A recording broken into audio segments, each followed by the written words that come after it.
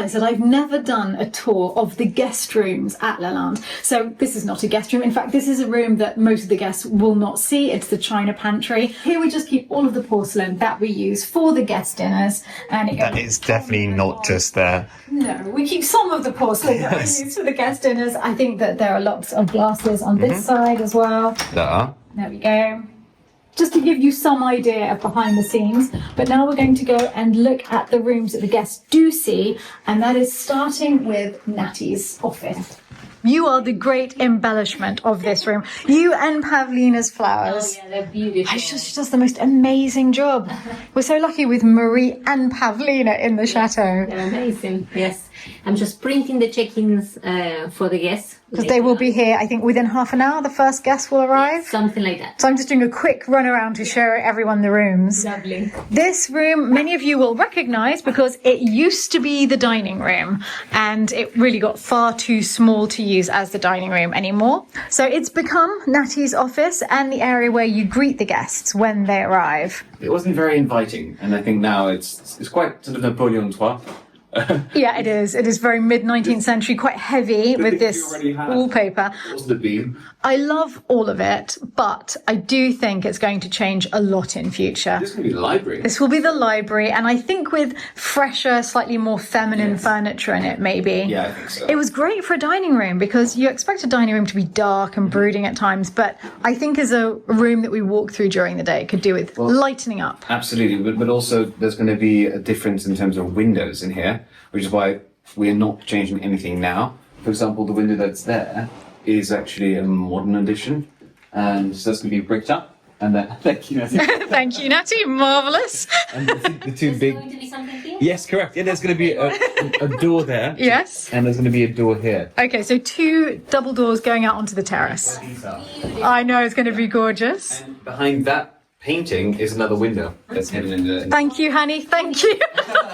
My goodness, we have the best assistants in this chateau. If you want to run this way, honey, there's also a fireplace hidden behind this wall. There we go. Perfecto. No more heating. No. Perfect. A nice log burner. Love it. So obviously, because that is a huge structural thing, this room is not going to be redecorated for some time. But when it is, it will have a lot more light and It's a lot nice of as it books. is. It's beautiful as it is. Exactly. Yes.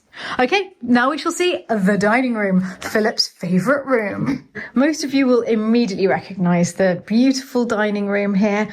I think it might be my favourite room in the chateau. I just love the wallpaper, which is from Anambo. I love the Murano chandelier. I think the colours go so well with the wallpaper. I love the fresh lime green of the curtains against the more buff colours of the wallpaper.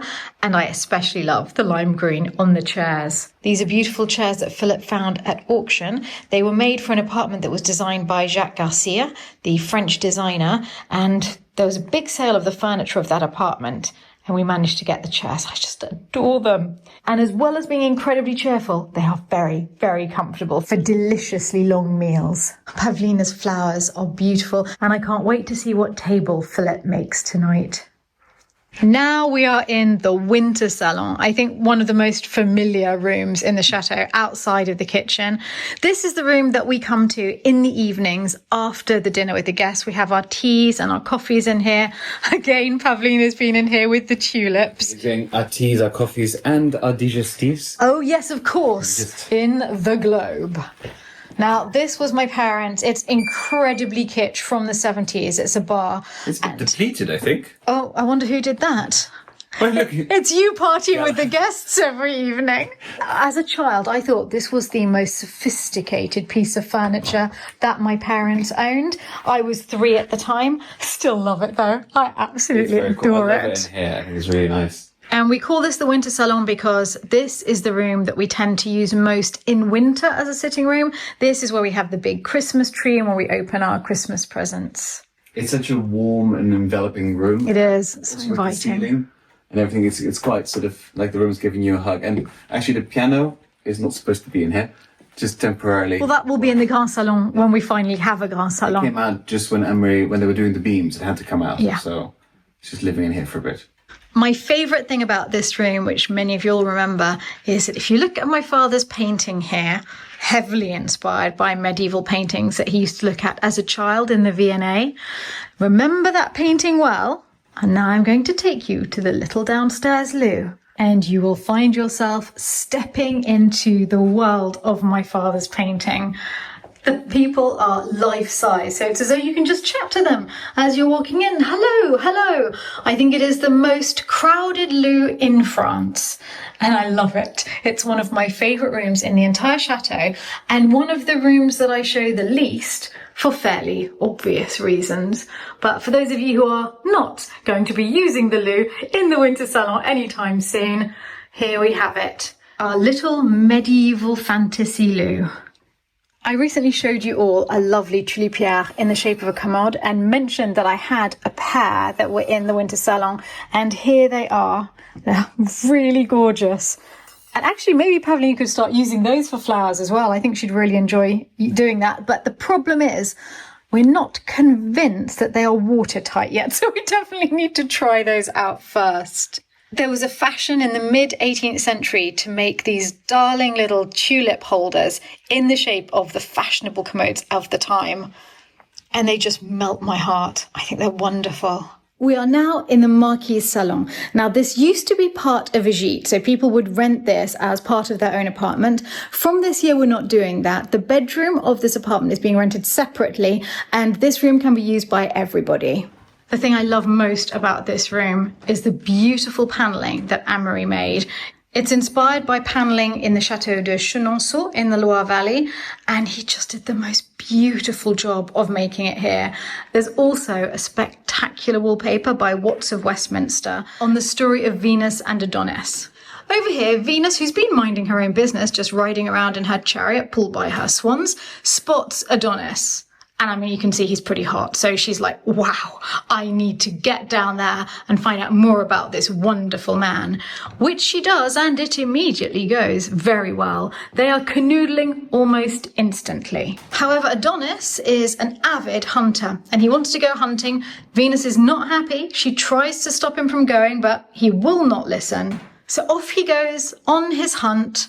But unfortunately, things do not go well, and he is gored by a wild boar. And again, you can see she's had to come down from the heavens because he is lying dying, and he dies in her arms. Not the most cheerful story, but a very romantic one, and really a very beautiful wallpaper. The billiard table that is original to the chateau is in the middle of it, so people can play billiards here. They can also sit and have a little lunch here with things that they've got in the area, because just through here, there's just a little tiny kitchenette where people can come and get themselves a glass of wine during the day. Now let's go and see the guest bedrooms. And now we are in the bedroom of what was the Marquis's apartment in the past. It's quite a huge room, and I made the bed hangings myself using some fabric that I had, various remnants that I even got in factory shops.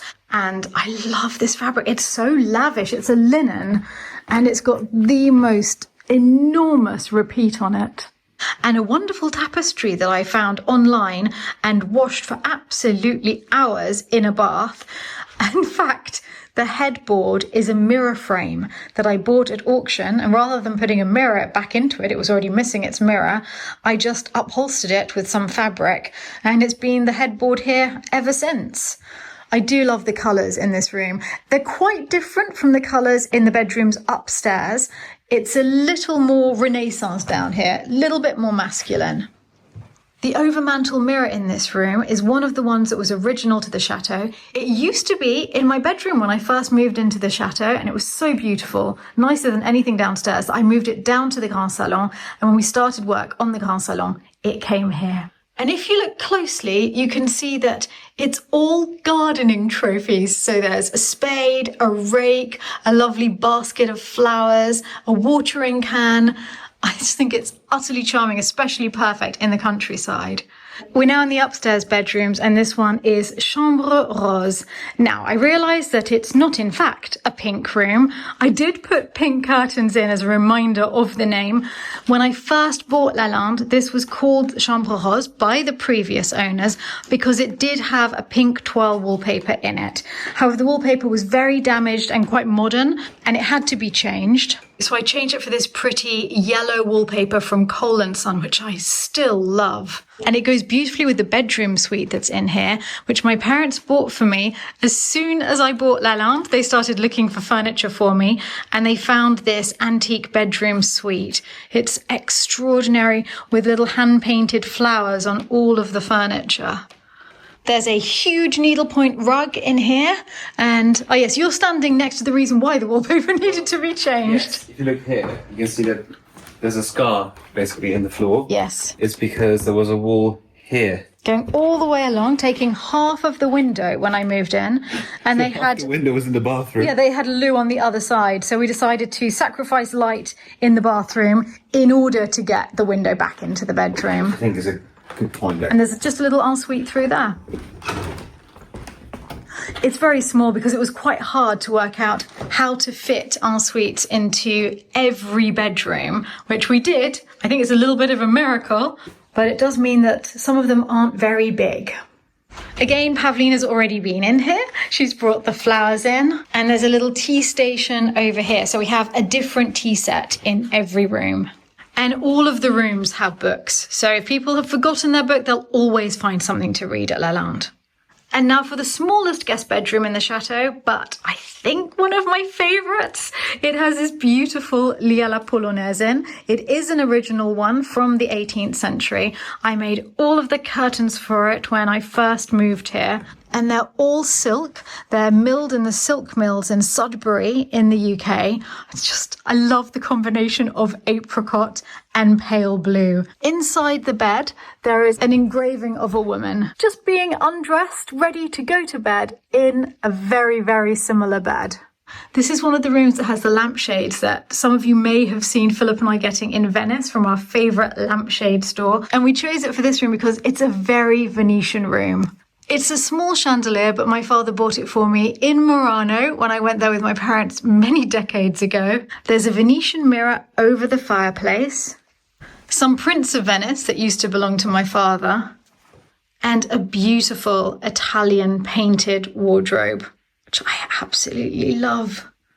And again, a very small ensuite in the width of the walls in between the bedrooms.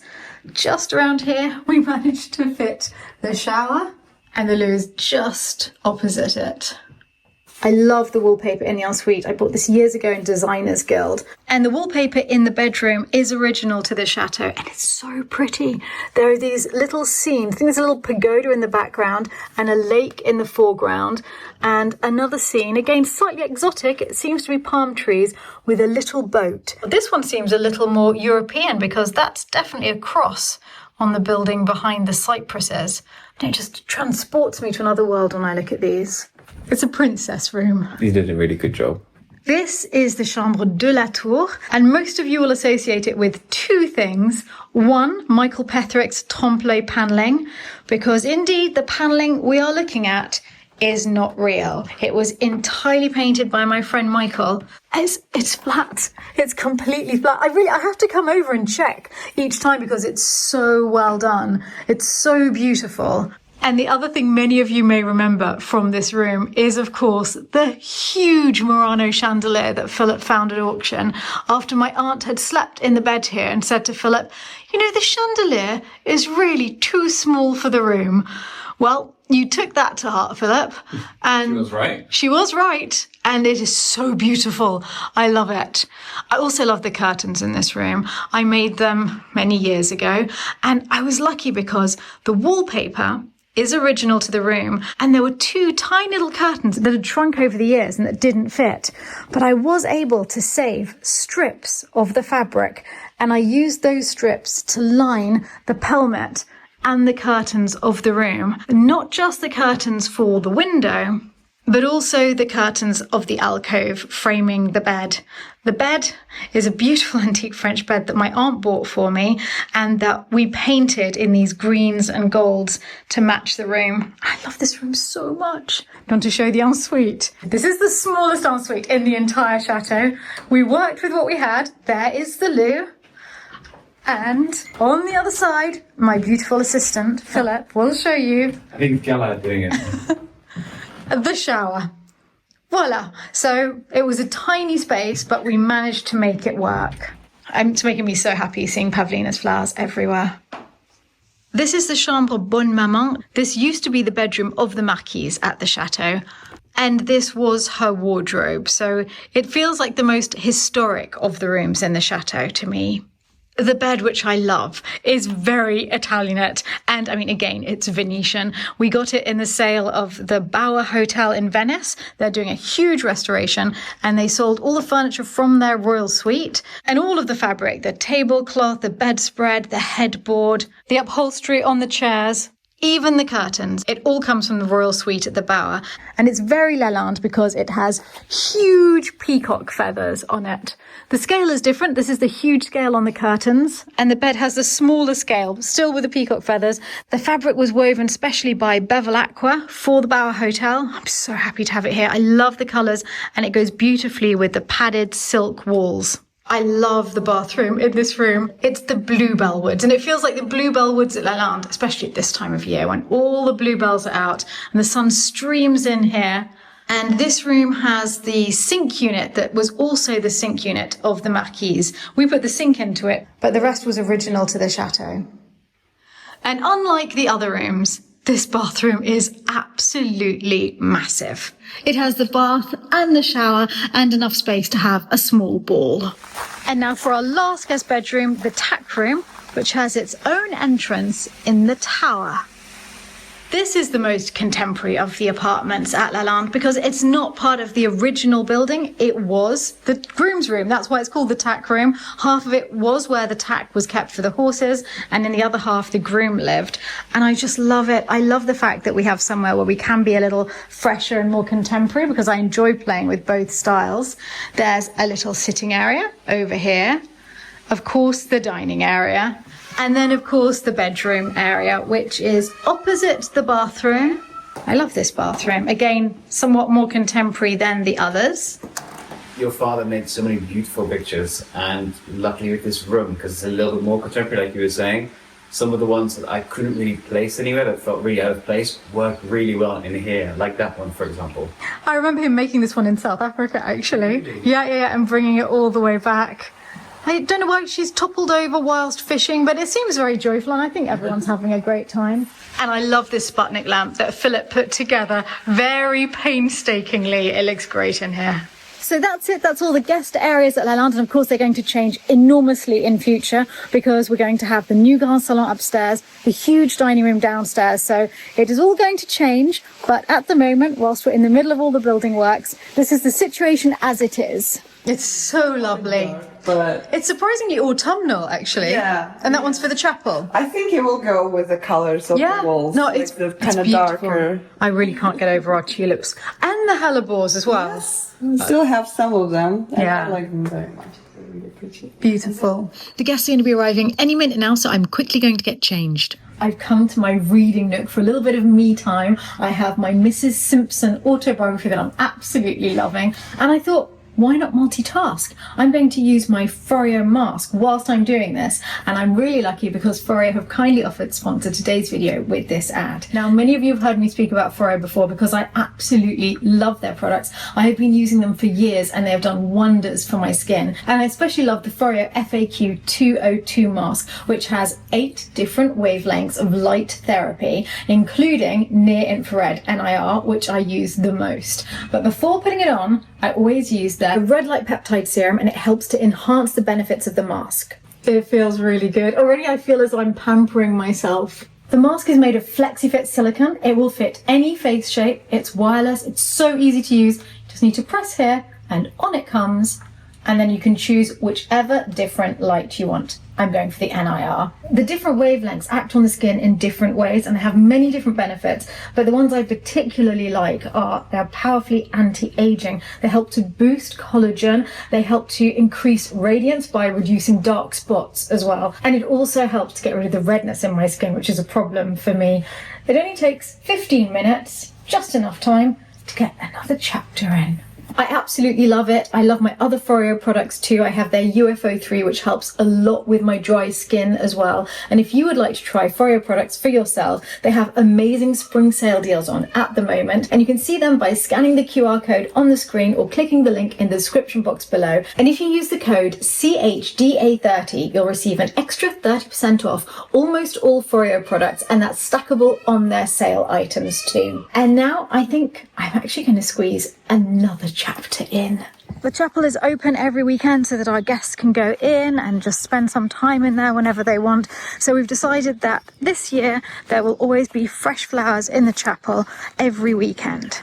I love the way the stained glass throws colourful light onto the floor. It is looking so pretty. It's amazing the difference that just having an altar cloth and some flowers makes. It feels so welcoming now. And I nearly forgot the terrace.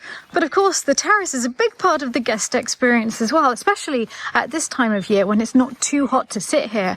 But in the height of summer last year, we were really struggling. It was so boiling. Pavlina's made it so inviting with all of the flowers. As you can see, it's just a dirt floor. It's always been just a dirt floor, which seems very unusual. We think that it must have had paving before. And when we have the terrace redone in future, it will be paved. So it won't be like this forever.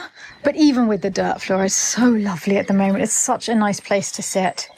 And the most beautiful view, and usually a peacock or two wandering past. And now we see the real powerhouse of the chateau, Marie Wieck, getting ready for tonight's guest dinner. Yes. Oh, pin boning trout. Yes. Oh, they are good. They go out straight away. We love that. I'll show you something nice that we got. I have blanched some langoustine. Ooh, oh my goodness. And we're going to have it with the main course as a little seafood treat. Oh, I can't wait. You know, langoustine is one of my favourite foods with a glass of Prosecco. Oh, now you're talking. Oh, it is so elegant in here this evening. Actually, I didn't realise I'd be partly matching the table. This is wonderful. I am very much looking forward to dinner with our guests this evening. And if any of you would like to come and join us for the full Lalande experience, we have some availability left on our gourmand retreats. They were so popular that we put on a second retreat. That's the one where you'd be cooking with Marie, going to the market, going into the garden with Pavlina, and eating with all of us. If you're interested, there are a couple of spots left in May and one left in August. So do contact Naty on stay@chateaudelalande.com and she'll give you all the details. And now I'm going to call the guests in.